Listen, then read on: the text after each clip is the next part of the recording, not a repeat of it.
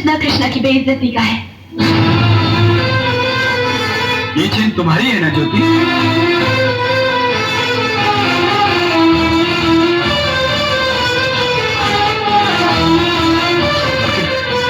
ये हमको नहीं पता कि हमारे बक्से में कैसे पहुंची। हम सच कहते हैं।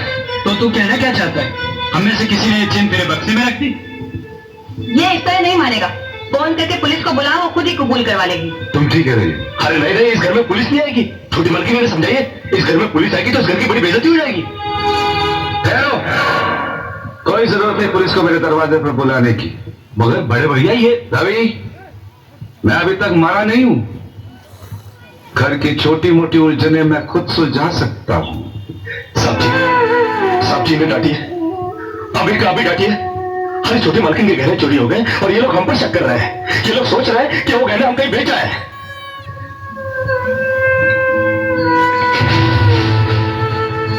बाकी के रुपए कहां है कृष्णा? क्या क्या पूछा आपने साहब जी? मैं पूछ रहा हूं कि बाकी के रुपए कहां है? ये आप पूछ रहे हैं साहब जी अपने कृष्णा से? देखो कृष्णा, गलती हर इंसान से होती है। तुम मुझे सही सही बता दो कि गहने तुमने कहां बेचे, मैं तुम्हें कुछ नहीं कहूंगा। अब कहने के लिए बाकी क्या है साहब जी? एक छोटा सा सवाल पूछ के आपने बहुत कुछ कह दिया है साहब जी। कृष्णा, बात को आगे मत बढ़ाओ। बात आगे बढ़ चुकी है साहब जी, बात आगे बढ़ चुकी है। अब तो आप पुलिस को ही बुलाइए। वो जब हमें कुत्ते की तरह मार मार के हमसे पूछेगी ना, अब तो हम तभी बताएंगे कि हम मैंने कहां बेच कर आए साहब जी। मत कहो मुझे साहब जी। इसी साहब जी की इज्जत आज तुमने मिट्टी में मिला दी। क्या कुछ नहीं किया था मैंने तुम्हारे लिए, उसका मुझे तुमने ये बदला दिया। ज्योति, जिस दिन मेरी फैक्ट्री जलकर राख हो गई थी और मैं बर्बाद हो गया था, मुझे उतना दुख नहीं हुआ था कृष्णा जितना आज हुआ जब तुमने इस घर में चोरी किया है। साहब जी, बचपन में जब हमारे माँ बाप मर गए थे ना और हम अनाथ हो गए थे ना, तब भी हमें इतना दुख नहीं हुआ था जितना दुख हमें आज हुआ है जब आपने हमें चोर कहा। साहब जी, आपने हमें चोर कैसे कहा साहब जी? और ज्यादा सफाई देने की जरूरत नहीं है। दूर हो जाओ, मेरी नजरों से दूर हो जाओ। निकल जा इस घर से। अरे इस घर से ही क्या, इस गांव को ही छोड़कर चले जाएंगे। अरे मुंह जलाद का क्या है, काट लेंगे अपनी जिंदगी कहीं भी। इतने साल इस घर में बेफिक्री से ये समझ कर काट लिए कि साहब जी का हाथ है हमारे सर पर। हमको क्या परवाह किसी बात की, मगर नहीं, अब हम जान गए कि इस दुनिया में अनाथ का कोई नहीं होता। हम जा रहे हैं साहब जी, और इस घर में कभी नहीं आएंगे। अभी निकल जा। दोबारा इस घर की दहलीज में कदम भी रखा तो मेरा मरा हुआ मुंह देखेगा तू। अरे नहीं नहीं नहीं, मुझ नौकर के लिए अपने दिल को दुख देने की कोई जरूरत नहीं। मैं कदम भी नहीं रखूंगा यहाँ पर, कभी नहीं आऊंगा अभी। बात के लिए भैया को गलत मत समझना, उनकी बात को बुरा मत मानना। वो तुम्हें बहुत प्यार करते हैं। हाँ देखा देखा, बहुत प्यार करते हैं। कर रहे हो? अरे नहीं, हम सच बोल रहे हैं, हम सच बोल रहे हैं। हम चोर है चोर। और आप भी हमसे बात क्या कर रहे हो? आप हमको मारो, मारो हमको। कृष्णा, बड़ी मालकिन, जब विक्की भैया ने हमको चाटा मारा ना, हमको बुरा नहीं लगा। हर नैना भाभी ने हमको कुत्ता बोला, कुत्ता, हम वो भी सह गए।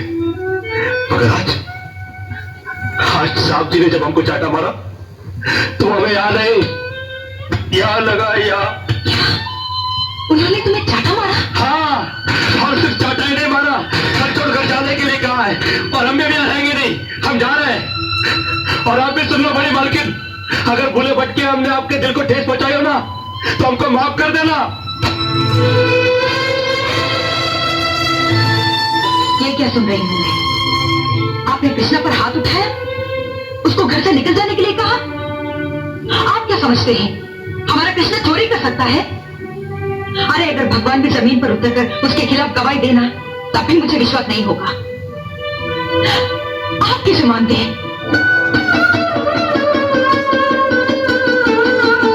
काम का मत मान गया कि कृष्णा ने चोरी की है। आपने ऐसा क्यों किया? बड़ी सीधी सी बात है, जान के समझने की कोशिश करो। मैं सब कुछ बर्दाश्त कर सकता हूं, लेकिन कृष्णा को कोई कुछ कहता है तो एक तीर सा लग जाता है मेरे दिल में। आज वो तीर पूरी तरह घुस गया है मेरे दिल में जब लोगों ने उसे चोर का। बड़ी मुश्किल से संभाला है मैंने जख्मी दिल को, बड़ी मुश्किल से उठाया ये हाथ मैंने उसे मारने के लिए, बड़ी मुश्किल से मैंने उससे कहा कि निकल जाओ घर से। लेकिन जरा ये तो सोचिए, वो जाएगा कहाँ? दुनिया बहुत बड़ी है जानकी, कहीं ना कहीं चला जाएगा और ठोकरे खाने के बाद संभलना पे आ जाएगा। नहीं, मैं उसे दर दर के ठोकरे खाने के लिए नहीं जाने दूंगी। नहीं जानकी, तुमने अभी तक मेरे भाइयों को पहचाना नहीं। तुमने ये सोचा नहीं है कि मेरे मर जाने के बाद। हाँ जानकी, मेरे मर जाने के बाद इस घर में उस गरीब की क्या हालत करेंगे ये तुमने सोचा नहीं। अरे वो इस घर में रहकर समझ नहीं सकता क्योंकि उसके दिल में मैल नहीं है। लेकिन उसे भेजना भी है तो ऐसे क्यों? दूसरा तरीका उसकी समझ में नहीं आएगा जानकी, और वो हमारा दामन छोड़ के कभी नहीं चल पाएगा। अरे साहब जी, जिन हाथों से मारा उन हाथों से आशीर्वाद तो दे दो। अच्छा बड़े मालकिन, कम से कम तुम तो आशीर्वाद दे दो।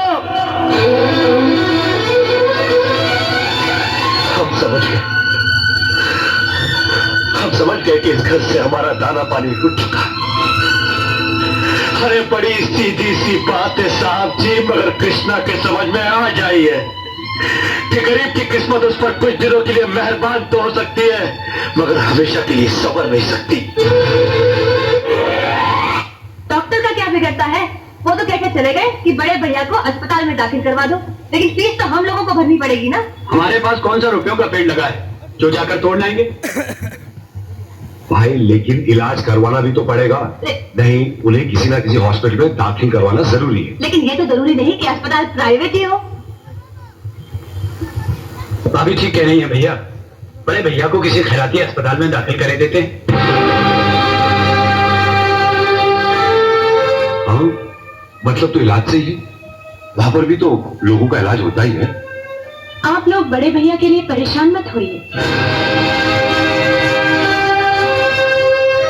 मेरे होते हुए ये नौबत कभी नहीं आएगी। तुम दुनिया को ये बताना चाहते हो कि हमें बड़े भैया की कोई परवाह नहीं, सिर्फ तुम ही हो जो उनका ख्याल रखती हो। सेनो की मामूली सी नौकरी करके 4 पैसे क्या कमाने लगी तुम्हारी बहन, दिमाग ही आसमान पे चढ़ गया है। ज्योति, मैं तुमसे ये पूछना चाह रहा था कि आखिर तुमने ये जलील नौकरी करके हमारे खानदान के नाम पे बट्टा क्यों लगा? मेरी नौकरी करने से खानदान की इज्जत चली गई भैया, और आप लोग बड़े भैया का इलाज खैराती अस्पताल में करवाना चाहते हैं। ये बात खानदान का नाम रोशन करेगी। ज्योति, तुम हद से आगे बढ़ रही हो। हद से आगे बढ़ना मैंने आप लोगों से ही सीखा है भाभी। जब किसी और ने मेरे गहने चोरी किए और उसका इल्जाम कृष्णा पर लगाया गया, उस वक्त ये हद कहाँ थी? बड़े भैया पर कीमती सिगार पीने का ताना दिया गया, उस वक्त ये हद कहाँ थी? जब गारंटी के पेपर्स पर दस्तखत नहीं हुए और बड़े भैया को अपनी मनपसंद कार दे देनी पड़ी, उस वक्त ये हद कहाँ थी? इस घर से दौलत क्या गई? आप लोगों के दिलों से बड़े भैया के लिए प्यार और इज्जत ही चली गई।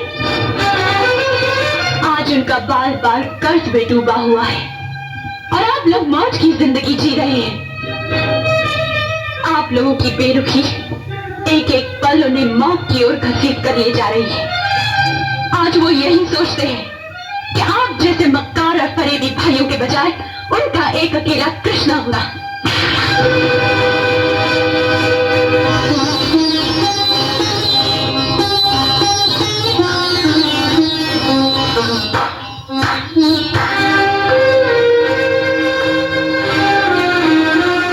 शाबाश रवि, शाबाश, बहुत अच्छा किया।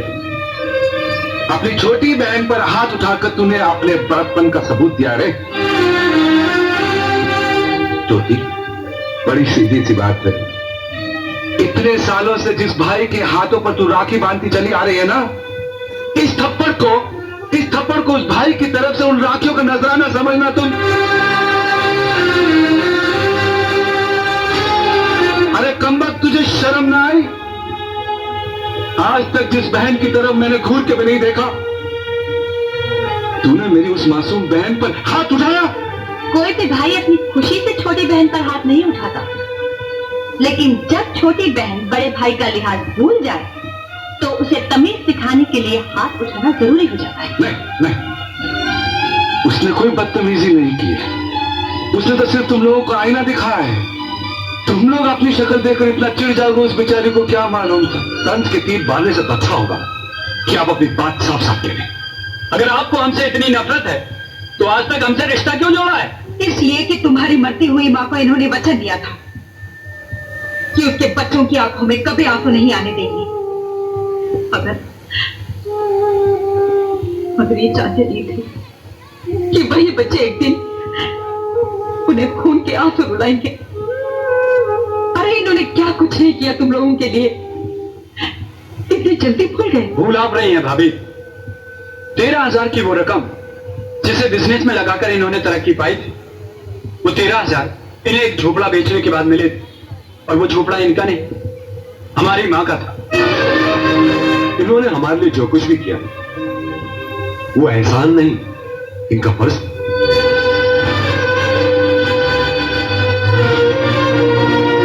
बुरा मत मानिए भाभी, वैसे भी ये लोग जो भी कर रहे हैं आप लोगों के लिए, इस घर के लिए कर रहे हैं। तो वक्त का खाना तो आप लोग खा लेते हैं, लेकिन कभी ये सोचा है वो खाना किन के रुपयों से आता है? जितना हमसे हो सकता है हम उतना कर रहे हैं भाभी, मगर बड़े भैया हमारा सुकून तो न छीने। मैं तुम लोगों से कुछ छीनना नहीं चाहता, लेकिन आज सिर्फ एक हक छीन रहा हूं। जानकी,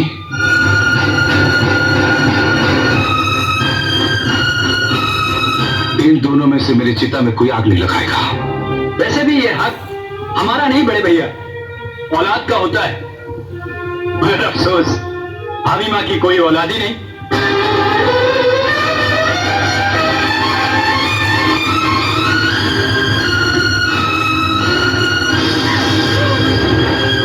और फिर आप हमारे जो भी हैं,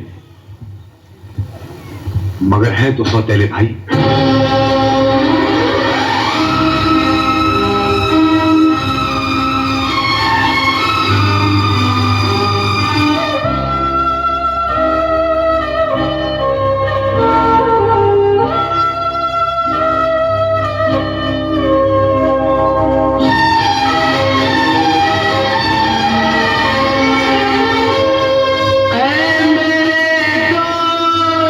लौट के आ